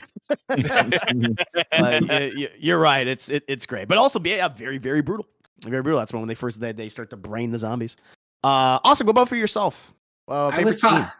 I was going to actually say that one, but it's a good one. It's a good one. It is a good one. I really like the one where I was watching it a bit today. The one just before they were pretending to be zombies with the the volleyball, the tether ball pole kill. With the zombies. yeah. And then they walk to the bar and you see those twin zombies and all those other ones. That's right, with the extras. Those extras, I think they were paid like $50 a day to do that, or like it's like $25 to $50 to do those scenes. But I know when they're like fighting all those, with the tether ball of all things, it's like, yeah, we'll do it. It's like does fucking nothing. Totally, yeah, great. A lot of the action scenes are. That's rubbish. Yeah, that's right. No, stab. Chris Harris, how about yourself, sir? Any scene or scenes that stand out for you that are your favorites? Oh man, too many to pick. Yeah, there's scenes that I've always thought were funny that are still funny to this day.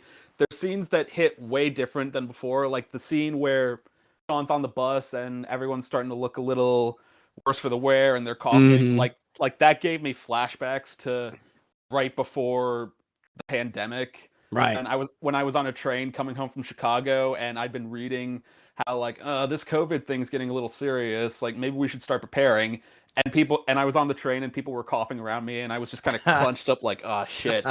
One scene that stands out in particular to me is the scene where a character who we haven't mentioned yet, I'm surprised we didn't earlier, Pete, the roommate. Oh yeah, Peter Serafinowicz. I totally forgot about Pete. At the scene where he comes down and starts yelling at the two of them because like they're fuck ups and they haven't grown up yet, which as a kid, I used to hate that character. I was like, yeah, no, I'm with Shaun and Ed all the way. But as I get older, I find myself relating more and more to Pete. Pete's never in the wrong.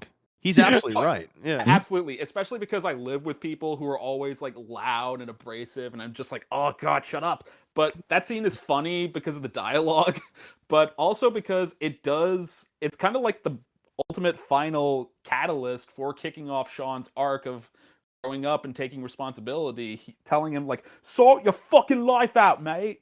Yeah. It's funny, but it's also a very important part of the plot. Yeah. I even like what's his line? It's 4 a.m, or whatever he says. Yeah, that's it. So good. Yeah, Peter Serafinowicz, a super underrated actor, voice of Darth Maul, voice of the Darth Maul. He did. Yeah. He's naked throughout the rest of the movie. Yeah, the entirety of the film, he's just butt ass naked. What happened to your hand? I don't know. Some fucking crackhead bit me. That's right. Why'd he bit you? I don't know. I didn't fucking ask him. Yeah, that was great. Thunder Lee, what about yourself, sir? What is one of your favorite scenes in the film? My favorite moment in the scene was one that I made reference to with Back for Blood was the jukebox scene. Oh yeah, of course. It was to me it was the funniest moment. Like, oh look, Queen is playing, and then the line, "Kill the Queen." What? The jukebox, right? Which was hilarious, and then it led to probably the most like funniest choreographed hitting the owner of the pub, but they're dancing in a way to the music. They're in sync.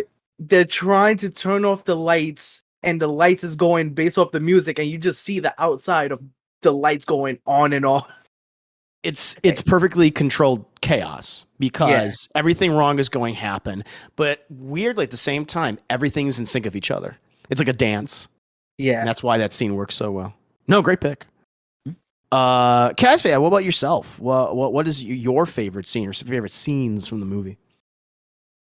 My two favorites, I say, are towards the end. One, when they do the standoff with all the broken bottles and everything else, and they get all in each other's faces, and everyone's personal problems hit the fan, and everyone's shouting, like, now is not the time. But at the same time, they're all about to die, so it kind of is. Oh, I think you went out.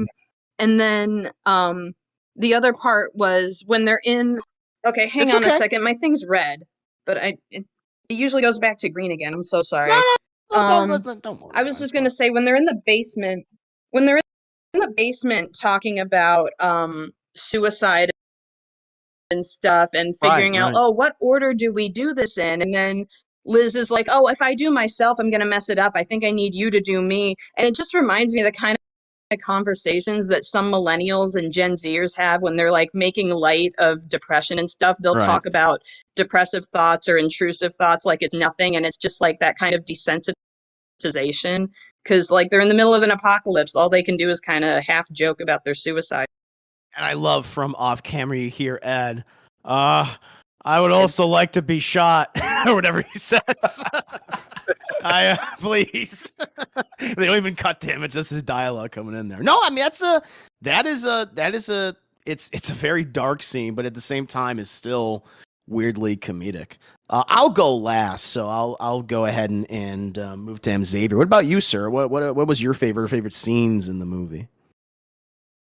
So my two favorite scenes were the one when they're like flipping the channel and it's just saying like what's happening, and they do it with like different different TV shows. I thought that was very clever to do that. We see that like repeated like several times too. Yeah. And then my other favorite scene was when they go to save Barbara and she's making the tea, and I think Simon Pegg's character, he's like talking to his mother, and he goes as far as saying like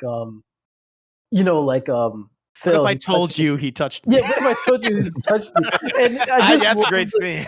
I just love the timing because she like drops it and then she turns around and he's like, yeah, I fucked up. I'm sorry. No, you're right. I forgot about that. Good. Yeah, one. so I really love it. And just his delivery, like even before that when she's like, oh, what about that time you said that? And he's like, he said that? And he's like, motherfucker. It's just his delivery and all that. Sorry, I'm actually glad you brought up the TV scene when he's like they're flipping the channels and things. We do see like variations of that throughout the movie. That's actually based on a thing that happened in Simon Pegg's life that inspired the script, and where part of the inspiration for the movie was, what if someone didn't realize they were in the zombie apocalypse until like later? It's happening. And apparently Simon Pegg, at one point in his life, there was this epidemic, like this beef epidemic where these cows in England and the UK got this super deadly disease. And we were like, no one could eat the meat. And it was spreading between all like bovines and shit. And so they had to, it was like on the news. There's this huge story for like a month in the UK. I forget, like in the early 2000s or something. And they acted like they were, what was it called? You got it, Chris. What is it? It was the 2001 United Kingdom foot and mouth outbreak. That's it. And where they had to literally like kill and burn all these cows because of this disease they had. And Simon Pegg didn't learn about it until it was like at the end, because he was driving by, like, I don't know, I think he was talking about how he was driving to the country with a girlfriend or someone at the time, and all these fucking cows were on fire. It's like, what's happening? And they're like, you don't know? And he said that's what inspired a big portion of the story, where Shaun is unaware that he's in the middle of the zombie apocalypse. which I think is really, really fucking funny. And probably what happened more than you think, because we're all, especially now, a lot of us are shut-ins. We're all in our apartments, especially during the pandemic. We don't know what the fuck's going on. So that was really clever. Great scene. Vanny, what about yourself, good sir? Your favorite scene or scenes in the film? My favorite scene, hands down. Take car, go to Mum's, kill Phil. Sorry. Grab Liz, go to the Winchester, have an ice cold pint, and wait for all this to blow over. The last version of his plan, just that such indifference to killing Phil compared to the first version of it where he goes like, I'm so sorry, Philip. Bam. Versus, by the end, it's like, meh. It's such, like, just that sorry alone is my favorite line in that entire film. Because it's so, like, passionless. It's like, all right, we just got to do it. All right, sorry. You're right. Yep. I even love it when they agree on that, and fucking Nick Frost stands up and goes, "Yeah, boy," and they fucking hit. Like we're in the that's fucking great when they're totally in unison. Yep. No, that's a great scene. And again, the editing. Yep. We go back, when we first started talking about the film earlier on in the show, the editing of that, how it's all those cuts. They're quick, but you totally get a sense of it, and it becomes faster paced as they're they were like, oh yeah, we totally know what the plan is, and it ends with Phil, instead of being reverent of his death, they're like irreverent of it. So good point. Everything's on full display there: the acting, the writing, and the technical aspects. Yeah, great. And to me, a close second is when Shaun and crew run into his childhood friend from the beginning of the film. And it's Shaun and his crew and her, the friend and her crew, and they're all the analogous representations of each other. Oh, yes. We see Martin Freeman. Martin Freeman's absolutely in there too. And somebody else also from Black Books was in there too, like playing like the Diane counterpart too. It works absolutely perfectly. And it's just the two, like everybody just walking past each other and just having to acknowledge. That was good. And we didn't bring this one up either. What's the problem? You never taken a shortcut before? Oh, when the running gag throughout all the movies when he falls over the fence. Yep, oh, that's right. Yeah, we see that. Like it's either Simon who does it, or it's either Nick Frost. I mean, because Simon also does it in Hot Fuzz too, but he's successful at it. He doesn't alter. You're right. And then Nick Frost fucks it up. No, that's a good point. That's a fantastic running gag between all the movies. For myself, and you guys brought up, I mean, all of these are great, but there's one that it's like a single take. And it's right when the newlywed couple zombies comes into their flat, and like the reaction, they go, oh, like it's so over exaggerated, and they kill him. But it's not that; it's what happens after. Because after they killed that one zombie, listening to the TV, and they hear those zombies clawing at the window, and they're like, oh god! And they got to think of a plan. But at one point, Simon, he goes to Nick Frost. He's like, are the zombies still there? And Nick Frost, he's like, don't, let me check. And he literally goes to the window, parts the curtains, and it's in plain view, like fucking Simon Pegg can see him. And he goes, looks at both of them, shuts the curtains, walks back to Simon and goes, yeah, they're still there. Yeah. It's like, we know they're still there. He can see them. So that scene kills me. That's like no ending. It's just a single take, a single shot. And I really like that. Any other just last minute thoughts about the film? I've been talking about this for about nearly 2 hours, about an hour and a half, an hour and 45 minutes. I genuinely would like to talk about the ending. Sure. And the overall kind of theme of the film, because I either read or saw an interview with Edgar Wright and about how these characters don't really grow at all. Like you see Shaun at the beginning of the film, towards the end, he's basically the same character, and it's kind of meant to be like a critique on the man-child sort of stereotype that you see in films and even us as a society. And I always disagreed with that sort of line of thinking, because I think that the theme for this one and Hot Fuzz as well and World's End, these are films about incremental little improvements. Yeah. Because Shaun is still more or less a fuck up by the end of the film. And anytime where he's had like these great heroic moments, it's usually met with either he stole it from something from like a bag of chips, or, the scene where he's shows up at the Winchester saying that he gave the zombies, the slip. No, he didn't. He fucked up. Totally fucked up. Yeah. But at the very end of the film, he's back with Liz, and it kind of looks like he's still the same person overall. But I disagree, because he has a plan at the end. Like when Liz and Shaun are sitting down saying, what's the plan for the day? He rattles off a plan. And it's not he's not going to law school now, or he's not going to, be the savior of humankind. but he now has a bit more direction in his life, and you see that again in Hot Fuzz and World's End, where like each of the protagonists get just a little better. And I think there's something really kind of positive about that. It's a little bittersweet too, because he kind of still gets his reward at the end for the bare minimum of at least kind of knowing what he's going to do for the day. But that's still a win. And I've always kind of liked that approach better, that these films are about 1% improvement is still a win. Yeah, his growth is subtle. Like there is obviously growth, and you can even tell certain things in the background. Like you look at the flat; it's much more organized than it originally was. It's cleaner. Clearly, he's in a much more honest and healthy relationship with Liz at the very end. And yeah, I mean, they still has like a routine, but he seems to be also happier. You know. Which is good. And Liz seems to be happy. It's not like they're going to go and travel the world for the rest of their lives and do all these interesting things. It's like, no, it's in a movie that is so initially appears unrealistic. Like it deals with very realistic things, and a person is not going to have dramatic changes overnight, but they're going to have these small ones, and but it accumulates and become a better person. So fully agree with you. And he still gets to hang out with Ed at the end, who's a zombie. He does. And the foreshadowing of that too. Like, why don't you go live in a shed, you animal? And that's how it happens. Ed lives in the shed. Yeah. Any other keep going. Oh no, I'll say like I just really liked just that overall just kind of theming for it too. I encourage you to rewatch the films again especially those like Castle where you only seen it once, and really just see like anytime where he kind of has like this cool heroic moment, it's almost immediately followed up by not really. Or it's like, it's a stolen idea or a stolen concept, or he really did fail, which makes it more realistic too. Yeah, he's just unaware of it at that moment. And his plan is coming. Dumb. Yes, it's a dumb plan. It's a bad plan. We see at the end, it's like everyone got killed. All stayed at Liz's apartment, everything would have been fine. It would have been great. You stay at a high ground from the zombies, could easily barricade them. Any other thoughts? Any last minute thoughts on the movie?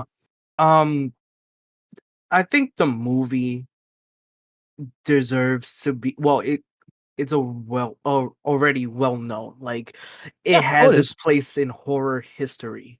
And comedy as well. Yeah. Yeah.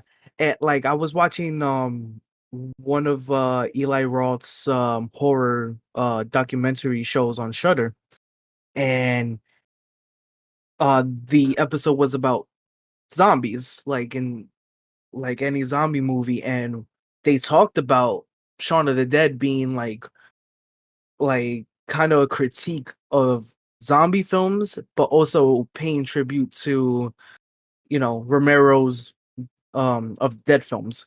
Yeah. And I honestly agree. Like I think without this movie, we wouldn't really have like any other type of critique. Like there is other critique films before it, but this one was specific for the zombie genre that we never had.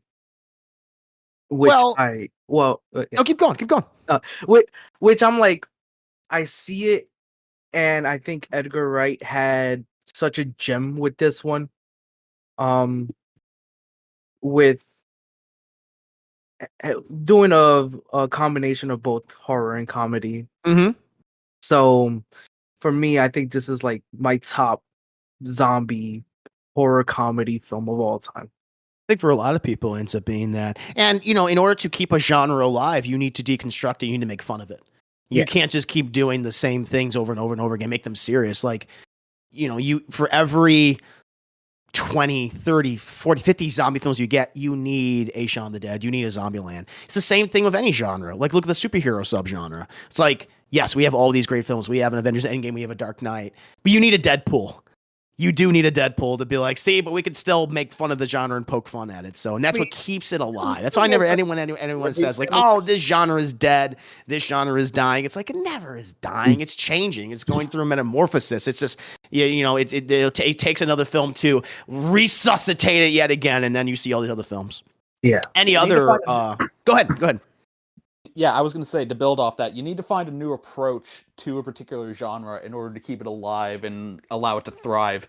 And that's what this one did. It's a satire of zombie movies. And I think this is a key to making a good satire or a good parody or whatever, is that the genre you're making fun of, you need to do a good job of that, but you also need to make sure that if you take all the jokes out, you just leave the genre trappings there, that it still works as a movie. And I feel like that's what this does. Like, if you take the jokes out, it's still a good zombie movie. And I feel like so many spoofs and parodies and satires or whatever miss out on that, and this succeeds at that in spades. That's a good point. Very good point. Any other last minute thoughts on the film, or something you just wanted to emphasize or bring up that we didn't cover? So I do have one thing I want to bring up, which we Please go ahead. So a lot of the extras in the movie, especially a lot of the zombie extras, are actually fans of the show Space. Oh, that's Yeah, cool. when they were making the movie, they put out on the fan website, putting out, saying, "Hey, we need extras to play zombies." So pretty much most of the people you see in the movie who are playing zombies are just people who just have these really big fans of their TV show. Okay. That makes a lot of sense. That's why they were so accommodating when it came to being paid $25 or $50 a day or something. I like that. Yeah. Nice. No, it's a good little piece of trivia there. Anyone else who wants to mention something before we wrap up? So, kind of being part of the Cornetto trilogy, I never, even though the Cornetto's red, there's so much red in the movie. You can notice even in, it's been a while since I've seen The World's End, but Hot Fuzz, there's a lot of blue you see, but this one, Sean's tie is red. He's drinking Coke. There's so many little things that you just notice that are red. The car was red. Right. And The World's End has a lot of green in it, which ties into the whole alien aspect. Yes. Yeah, so it's red for zombies. Yeah, he has a distinct in blood. Yeah, it knows a distinct color. Each movie has a distinct color palette, or a color is emphasized throughout it. So yes, red, blood, zombies; blue, obviously, cops and cop movies and that kind of thing. And yeah, green, aliens. So yeah, no. I mean, Edgar Wright, whether you like all his films or not, he does have a specific visual style that he adheres to for each thing. There's something aesthetically that stands out about them. So what was the flavor for each of those ice creams? I don't know the flavor. I mean, I think red is strawberry, I would assume. Blue, I don't know what blue would be. I don't know. Green is usually mint. Mint. That's what I think. Yeah, mint for green. So I don't know what blue is. Mint. Cornettos are like it's an ice cream cone. Mm-hmm. Yeah, it's like we in the United States, we don't really call them cornettos. We call them, what are they called? Dumb something? Drumsticks. Drumsticks. That's it. Yeah. That's what we call them. Yeah. I have it right here. Shaun of the Dead is strawberry. Hot Fuzz is just the classic, and World Ends is mint. Okay, there you go. It's just the classic flavor, just the regular flavor. We got to do. Alex, welcome. We're just about to wrap up, but I want to give you a moment to talk about Shaun of the Dead. I just could kind of do general, like, what are your, general thoughts on the movie? What do you like about it? And you have a particular favorite scene? Oh, I fucking love it. I particularly love it when they start throwing the Prince records at the two zombies. Batman soundtrack. Throw it. Anything else? Yeah, because I know you just came in here. I want to give you some time, of course. We talked about a lot of aspects of the film. We talked about Edgar Wright, our opinions on Edgar Wright. We talked about some of the character dynamics, certain characters that we really love, the editing in the movie. I mean, don't mean to put this all on you, but you can be our final thoughts. You can talk about anything you want. And everybody should watch it at least once in their life. Okay. I agree. Well, at least not only once, but we've even said like multiple times, because it's been a while since I've watched it. Yeah. No, it's one of those things that it's rewarding to watch it more than one time. But yeah, if you have not seen it, if those of you who are listening to this third episode of Discourse, you should definitely take the time to watch it. And I would say check out all of Edgar Wright's movies. Might not like every single one, but you'll walk away with I think definitely a good conversation you can potentially have with someone who's also seen these two, like we all did. I think this was great. I'm glad this was our first comedy discussion, our first zombie movie discussion, what I thought turned out really, really well. I do want to take a moment. So this kind of just wraps up the episode in general. I think we can all, I think for the most part, I get the sense that we all would really do love this movie. Yes. So yeah, I mean, it's a great horror comedy. It's a great horror film. It's a great zombie movie. It's a great romantic comedy. It does all these things really right. Great cascade writing. So that's good. I want to get to the point where we can talk about something where we don't have a singular consensus. we disagree. Controversial. Yeah, I know. I'm excited for that. I think it'd be really fun. But I do want to take this time, obviously. But hey, for those of you who have been watching, or excuse me, for been listening, maybe we'll have a visual component someday. But for those of you who've been listening, thank you so much for doing so, and we'll see you next time. Bye bye. Bye bye. Bye bye. Bye bye. Bye bye. Bye bye. Bye bye. Bye bye. Bye bye.